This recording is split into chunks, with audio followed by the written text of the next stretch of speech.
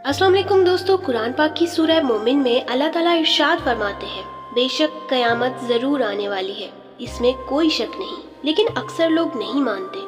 दोस्तों, क़यामत एक अरबी ज़ुबान का लफ्ज़ है जिसके लग़वी मानी खड़े करने के हैं, यानी मुर्दों को कब्रों से खड़ा करना, यानी दोबारा ज़िंदगी लौटाना।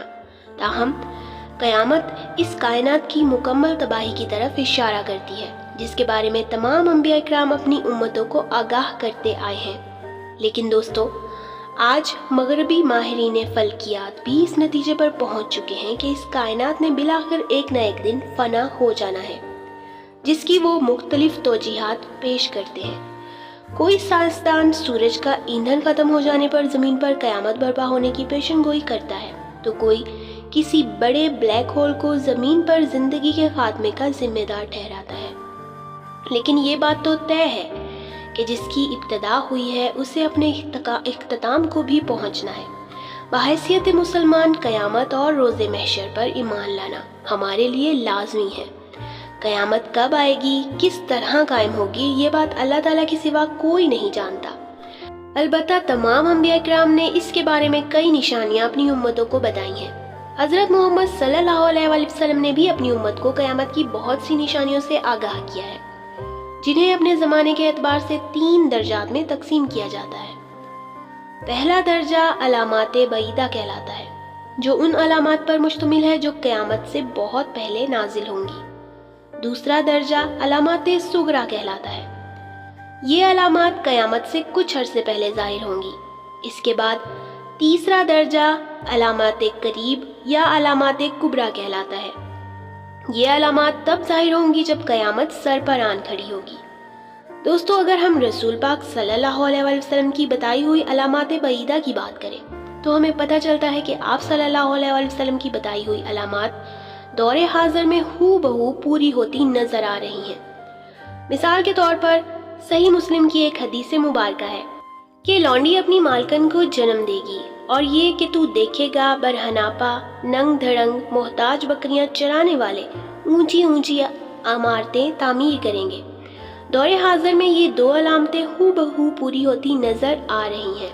दोस्तों, आजकल किराए की कोख एक आम रवाज बन चुका है, जिसमें एक औरत की कोख किराए पर ली जाती है और ये औरत अपने मालकान के बच्चों को जन्म देती है।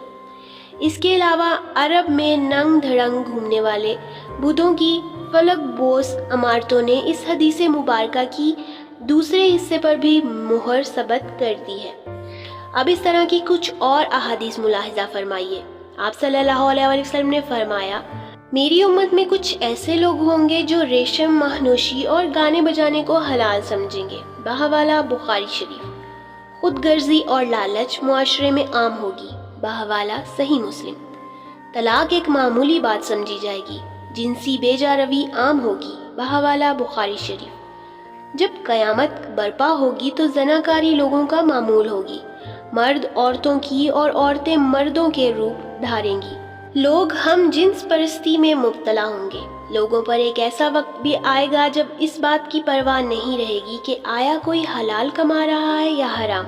बहवाला बुखारी शरीफ। हज़रत अनस रज़ी अल्लाह तआला अन्हा से रिवायत है कि हज़रत मोहम्मद सल्लल्लाहु अलैहि वसल्लम ने फरमाया, क़यामत के तब तक कायम ना होगी जब तक ज़माने आपस में करीब ना हो जाएं।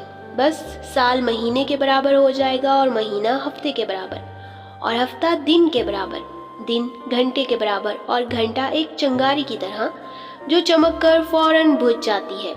बहवाला तिरमिज़ी शरीफ। दोस्तों, आज दुनिया का हर इंसान वक्त की कमी और उसके जल्द गुजर जाने की शिकायत करता है, जो क़यामत की इस अलामत के पूरा हो जाने की एक वाज़िह दलील है। इसके अलावा नबी करीम सल्लल्लाहु अलैहि वसल्लम ने दुनिया में आने वाले आखिरी रमज़ानुल मुबारक के बारे में भी वाज़िह निशानदही फरमाई है। ये रमज़ानुल मुबारक तारीख़ इंसानी में आने वाला आखिरी रमज़ान होगा, जिसके बाद ये पाक और बाबरकत महीना कभी नहीं आएगा, जिसके बाद ये ज़मीन और इस पर बसने वाली मखलूक़ात 1 साल के अरसे के अंदर ख़त्म हो जाएंगी। किताबुल फ़ितर में हज़रत नोइम बिन हमाद रज़ी अल्लाह तआला अन्हा से रिवायत है कि हजूर पाक सल्लल्लाहु अलैहि वसल्लम ने फरमाया, क़यामत से कबल एक रमज़ान ऐसा भी आएगा जिसमें अवामुन्नास को एक ज़ोरदार आवाज़ सुनाई देगी। یہ آواز اس قدر خوفناک اور زوردار ہوگی کہ جسے سن کر انسانوں سمیت دیگر مخلوقات بھی سہم جائیں گی اور سب اس کھوج میں پڑ جائیں گے کہ یہ آواز کیسی تھی اور کہاں سے آئی۔ کوئی بھی اس آواز کی کھوج نہ لگا پائے گا۔ سن لو کہ جس رمضان المبارک میں ایسی آواز سنائی دے جس کی کھوج نہ لگائی جا سکے تو اس کے بعد 1 سال کا رزق اپنے گھر میں جمع کر لینا، کیونکہ اس کے بعد دنیا سے رزق اٹھا دیا جائے گا اور لوگ بھوکے رہیں گے۔ دوستو، قیامت کا آنا ایک یقینی امر ہے اور ہر مسلمان اس بات پر ایمان رکھتا ہے کہ یہ کائنات اللہ تعالیٰ نے خاص مقصد کے لیے بنائی ہے اور انسان کو اشرف المخلوقات بنا کر بھیجا تاکہ وہ اچھے اعمال بجا لائے۔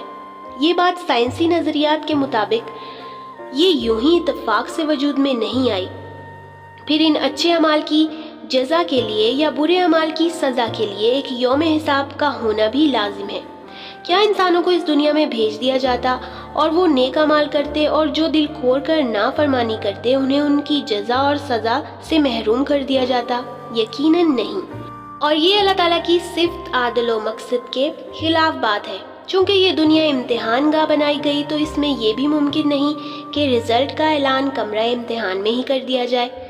روئے زمین پر جو کچھ ہے ہم نے اسے زمین کی رونق کے باعث بنایا ہے تاکہ ہم انہیں آزما لیں کہ ان میں سے کون نیک اعمال والا ہے، اور اس پر جو کچھ ہے ہم اسے ایک ہموار صاف میدان کر ڈالنے والے ہیں جب آسمان پھٹ جائے گا اور اپنے رب کے حکم پر کان لگائے گا، جب سورج لپیٹ لیا جائے گا اور جب تارے بے نور ہو جائیں گے۔ دوستو، ایسا نہیں ہے کہ دنیا میں انسان آیا اور اپنی منمانیاں کی اور کوئی باز پرست کرنے والا نہ ہو، نہیں، بلکہ ایسی احمقانہ بات مشرکین مکہ بھی کہا کرتے تھے کہ کیا ہم جب مٹی اور ہڈیاں ہو کر ریزہ ریزہ ہو جائیں گے تو کیا از سر نو پیدا کیے جائیں گے؟ سورہ بنی اسرائیل میں اللہ تعالیٰ نے فرمایا، ہاں، خواہ پتھر یا لکڑی یا تمہارے خیال میں اس سے بھی کوئی سخت چیز ہو جاؤ۔